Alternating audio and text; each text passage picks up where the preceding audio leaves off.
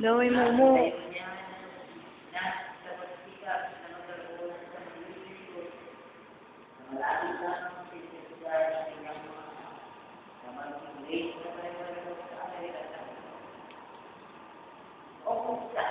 Ang kasina na binigyan kumulang sa bumuliwin na lang ito.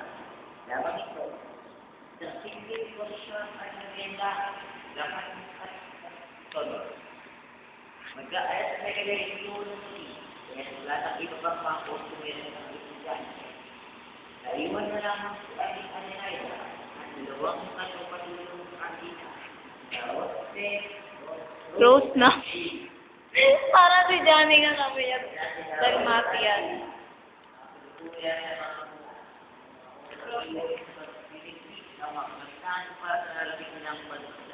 Rose?